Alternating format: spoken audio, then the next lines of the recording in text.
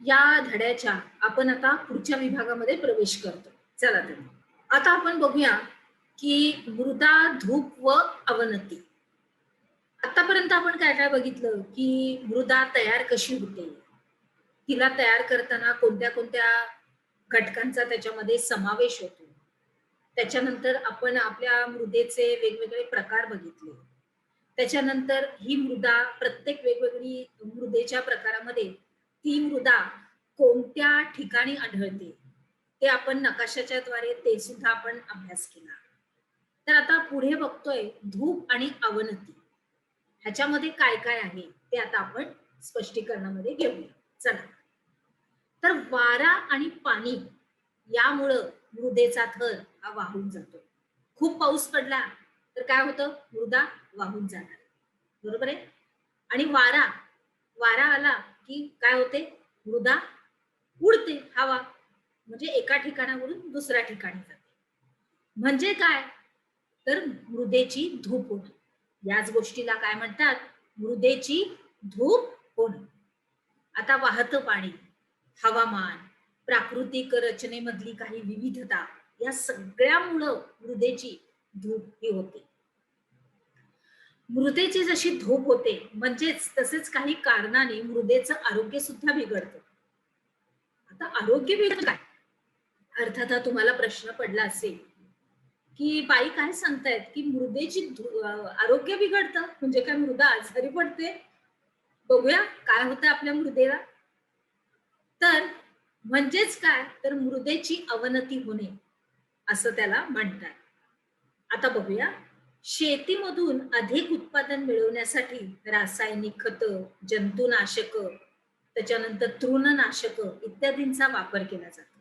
म्हणजे काय, तर आता या वर्षी पीक घेतलं तर आता पुढच्या वर्षी पण आपल्याला पीक घ्यायचंय, मग आपण काय करतो, अजून रासायनिक खतांचा त्याच्यामध्ये मारा करायचा, कीटकनाशक मारायची, जंतुनाशक मारायची.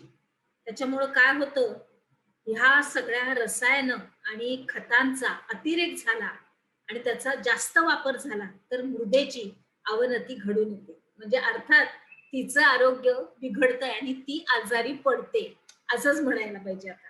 बरोबर आहे. भौगोलिक दृष्ट्या मृदेची ही अवनती आहे आणि आपण बघितलं स्पष्टीकरणामध्ये संपूर्णपणे की ती कशामुळे होते. बरोबर. अगदी आलं लक्षात. बरोबर की कशामुळे आपली मृदा आजारी पडते. आपल्याला ताप येतो, सर्दी होते, खोकला येतो. तशी आपल्या मृदेला काय होतं, हा तिचा ताप, सर्दी, खोकला म्हणजे काय, तर जास्त रासायनिक खतं, जंतुनाशक अधिक उत्पादन मिळवण्यासाठी आपण वापरतो. आपल्या शेतामध्ये त्याचा वापर केल्यामुळं तिचा कस कमी होतो जमिनीचा आणि त्याच्यामुळं ही अवनती घडून येते.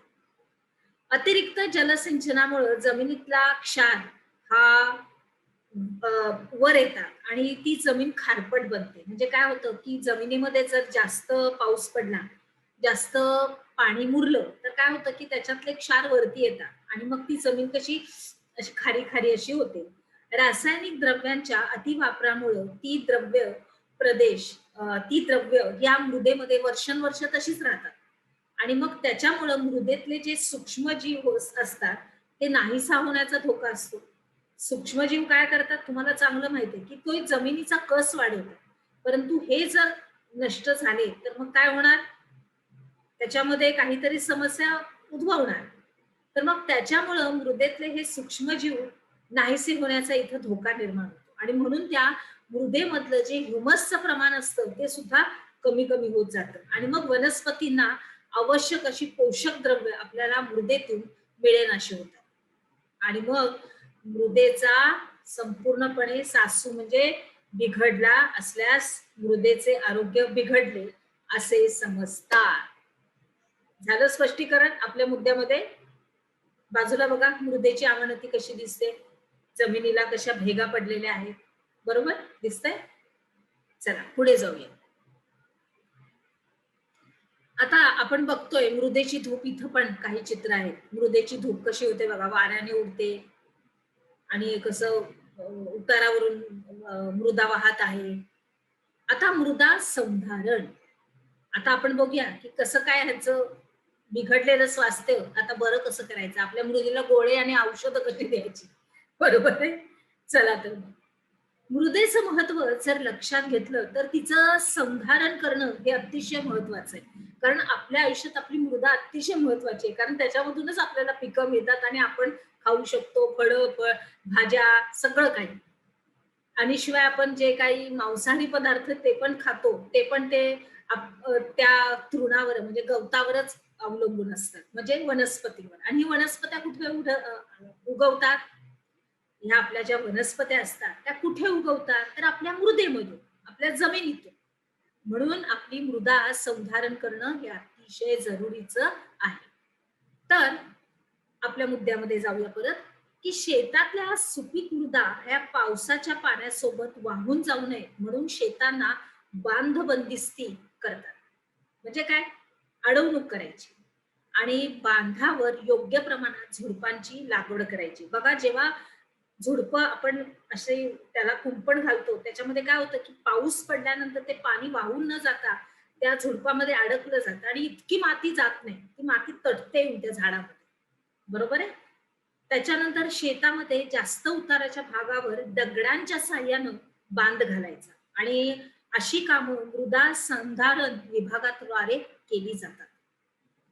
हे वाचवण्याचं काम. त्याच्यानंतर वृक्ष लागवड केल्याने वाऱ्याच्या वेगावरही नियंत्रण आणता येतं. वारा जो जोरात असं सुई सुई सुई सुई वाहत असतो, जर का झाडं त्याची अडवणूक म्हणजे झाडं मध्ये मध्ये अशी आपण लावली तर तो वारा असं थडकतो आणि थोडासा त्याच्या वाहण्यामध्ये थोडासा कमी प्रमाण होतं त्याचं वाहण्याचं. बरोबर आहे? बघा, अशी झाडं लावलेली आहेत आणि वारा असा वाहतो आणि ते झाड, त्याला काय होणार? वारा येणार, झाडाला आपटणार. म्हणजे काय? अडवणूक होते थोडीशी आणि त्या वाऱ्याबरोबर जास्त माती न वाहता ती माती त्या जमिनीतच पडणार त्या वृक्षाच्या अडवणुकीमुळे.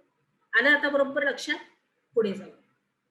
वाऱ्यामुळं ही होणारी मृदेची धूप आणि त्यामुळं थांबते आणि वनस्पतीची मुळं माती धरून ठेवतात. वनस्पती आपण लावली की ते काय झाड काय पटकन नाही पडत.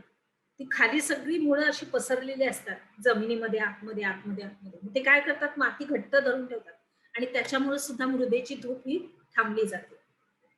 मृदा संधारणामध्ये उतार असलेल्या जमिनीवर सलग समतल असे 4 चर खोदले जातात. चर असे असतात आणि असे चर वेगवेगळ्या उंचीवर खणल्यामुळे उतारावरून येणाऱ्या पाण्याचा वेग हा कमी होतो आणि त्याच्यात सगळं पाणी पडणार ना चर खणल्यामुळं.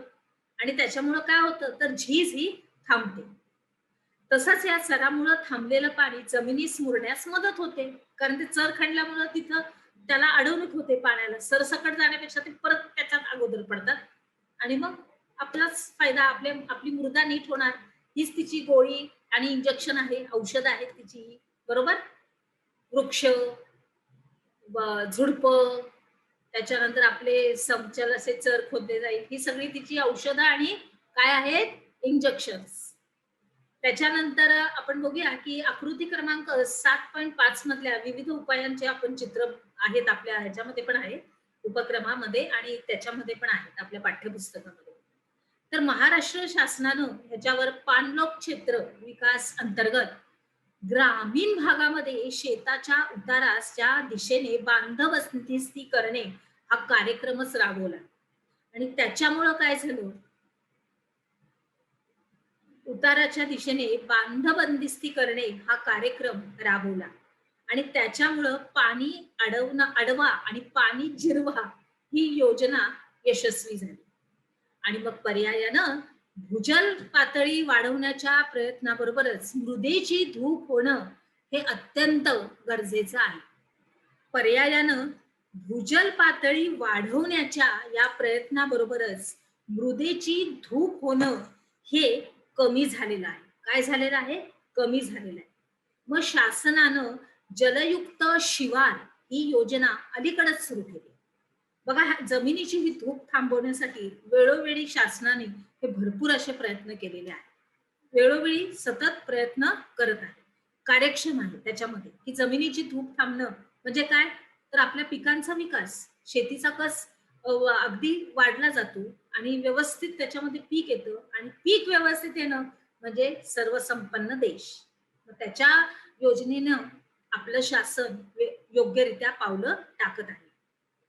तर मग अजून काय काय बघा, शेतांना बांध घालणं, लहान लहान नाल्यांना पाणी लहान लहान जे नाले असतात त्यांचं पाणी अडवायचं, त्याच्यानंतर नाले जोडणी करायचं. यासाठी ही कामं मोठ्या प्रमाणात आपले शासन करत आहे. आता मृदेची अवनती थांबवण्यासाठी रासायनिक खतांचा आणि कीटकनाशकांचा अतिरेक हा टाळायचा.